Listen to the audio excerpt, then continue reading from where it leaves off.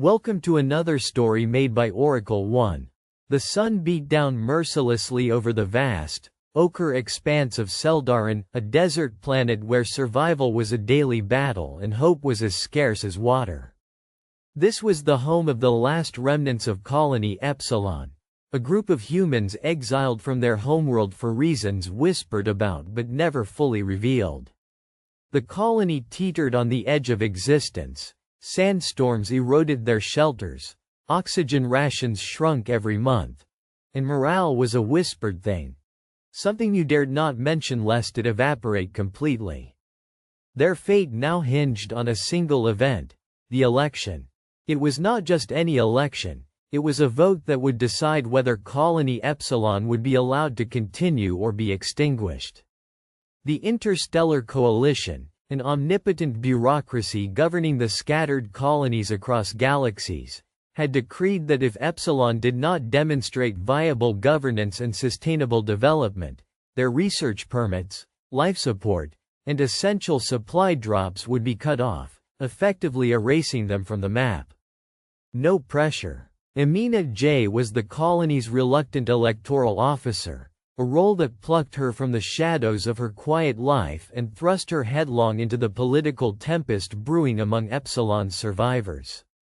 Her father had once been a respected scientist in the colony, revered for his water reclamation breakthroughs, but after his mysterious disappearance during an expedition into the Shimmering Dunes, Amina learned the cruel truth. On Seldarin, even science couldn't conquer the desert without unity. The colony's population was divided into three main factions. The first was the preservationists, led by Governor Harlan, pragmatic, rigid, and determined to cling to the status quo. They believed survival meant strict rationing, conserving every resource, and focusing on the colony's limited agricultural terrariums. Harlan's faction had the support of most of the elder residents and the defense squads, who feared anything too radical would hasten total collapse. Opposing them was the Vanguard, allied behind Mira Cass, a charismatic engineer with a reputation for daring desert expeditions and harvesting hidden resources.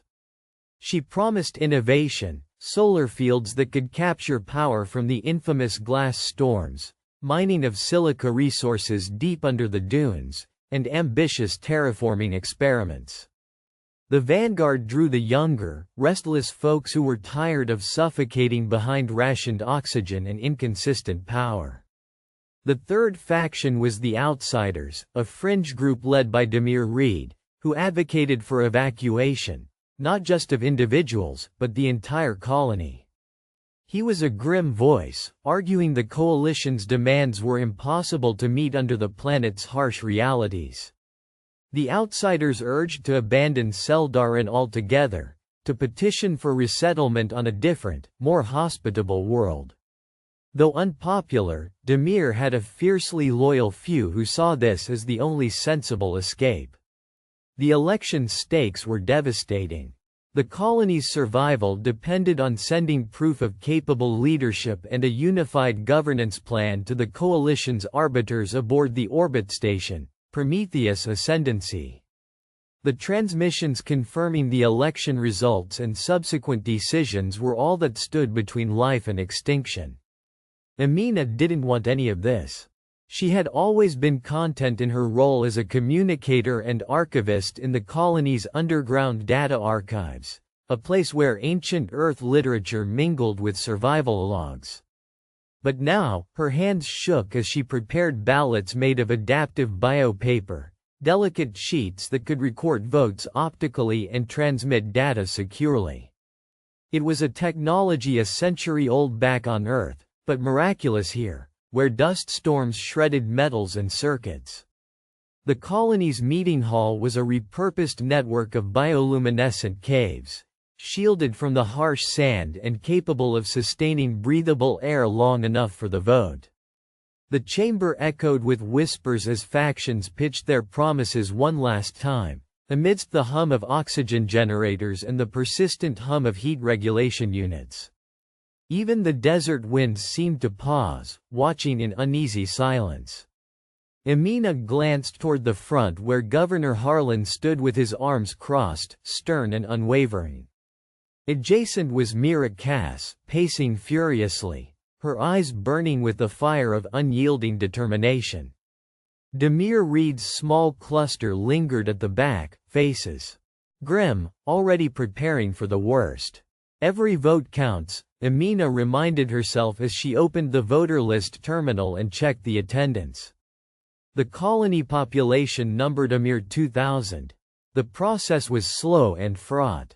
Many feared repercussions for their choices. Choosing the preservationists meant risking stagnation, but safety. Voting Vanguard was a gamble on unknown technologies that might drain precious resources or explode in failure. Picking outsiders meant turning the back on Seldarin itself. Weeks ago, rumors had spread that there were saboteurs within.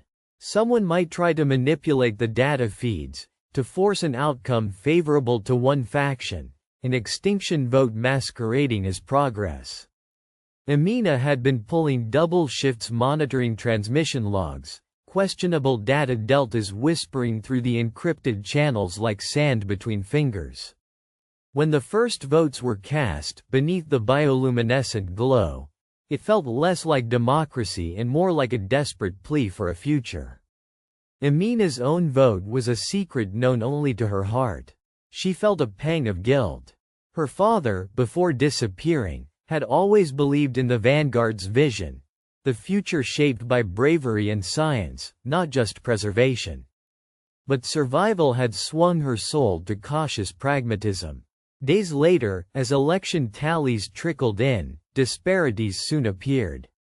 A spike in votes had arrived out of nowhere for the preservationists, more than the colony's basic demographics would allow. Emina's instincts screamed. Night after night, she dug through encrypted logs, tracing phantom transmissions camouflaged beneath sandstorm interference. The saboteurs were real and insidious, a hidden clique within Harlan's inner circle, desperate to maintain control by any means necessary. Emina found herself perched on the edge of a revelation.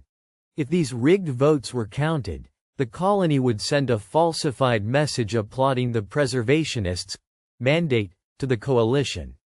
But without solid innovation or real progress, the arbiters would see through the charade. Supply drops would cease, oxygen reserves would dwindle, and Epsilon would become a graveyard beneath scorching dunes. She had to act. Her target was the centralized vote uplink node known as the Data Spire, a towering crystalline antenna on the ridge overlooking the colony. It had the power to transmit the final ballot data directly to Prometheus Ascendancy, locked in a transmission shield that only authorized personnel could override. But if the vote count was corrupted, tampering with the Data Spire could be misconstrued as treason against the colony. A death sentence in any faction's eyes. On the eve of the final transmission, Emina slipped through a narrow side tunnel leading beyond her usual posts, the dry wind stinging her eyes and tightening the breathable layer inside her suit. The bone-white dunes stretched endlessly, a sea of shifting grains illuminated by the silver ghostlight of the twin moons. Her footsteps left fleeting impressions quickly erased by the desert breath. At the base of the Data Spire, she found the sabotage, deliberate code injections entangling the vote data into a web of lies woven to flatten the Vanguard and outsiders' influence. She accessed the uplink core, heart-pounding, fingers flying across the bio-interface pads. She had to cleanse the data integrity without triggering security alarms. Suddenly, a shadow detached itself from the horizon. It was Krell Haynes, Harlan's chief of security, his face a grim mask. "Emina, what do you think you're doing?" he barked, weapon raised. "I'm saving this colony," she replied, voice steady despite the adrenaline. "Your faction's dirty work will kill us all. If you want survival, you'll stand down." Krell hesitated, then lowered his weapon slightly, eyes darting nervously. There was a long silence, until he exhaled sharply. They're desperate, and they're desperate enough to destroy us. I don't want to see us die on their lies." Together, they untangled the web. Krell revealed that Harlan had become unyielding, seeing the colony through the lens of rigidity because fear had blinded him. He admitted there were good reasons to try new methods, because static survival wasn't true survival. The next morning, the final, corrected vote tallies were sent. The Vanguard won the election with a narrow margin, a testament to the colony's desire for change. Prometheus Ascendancy responded swiftly, in urgent data package arriving with new supplies, advanced terraforming drones, genetic seeds adapted to Seldarin's soil, increased oxygen filtration units, and most importantly, technicians ready to assist remotely. Months that followed were brutal. The desert resisted every attempt at transformation, and multiple missions were lost beneath treacherous dunes. But every sunrise, the colony saw new growth, green terrariums expanding, solar panels shimmering with newfound efficiency, and for the first time in decades, a hope that wasn't just a mirage. In between the sandstorms and data transmissions, Emina often visited the communal archives where her father's dusty journals now held new significance. His voice echoed in the midst of heat and wind. That survival was not merely to persist but to evolve. Seldarin's colony was far from saved.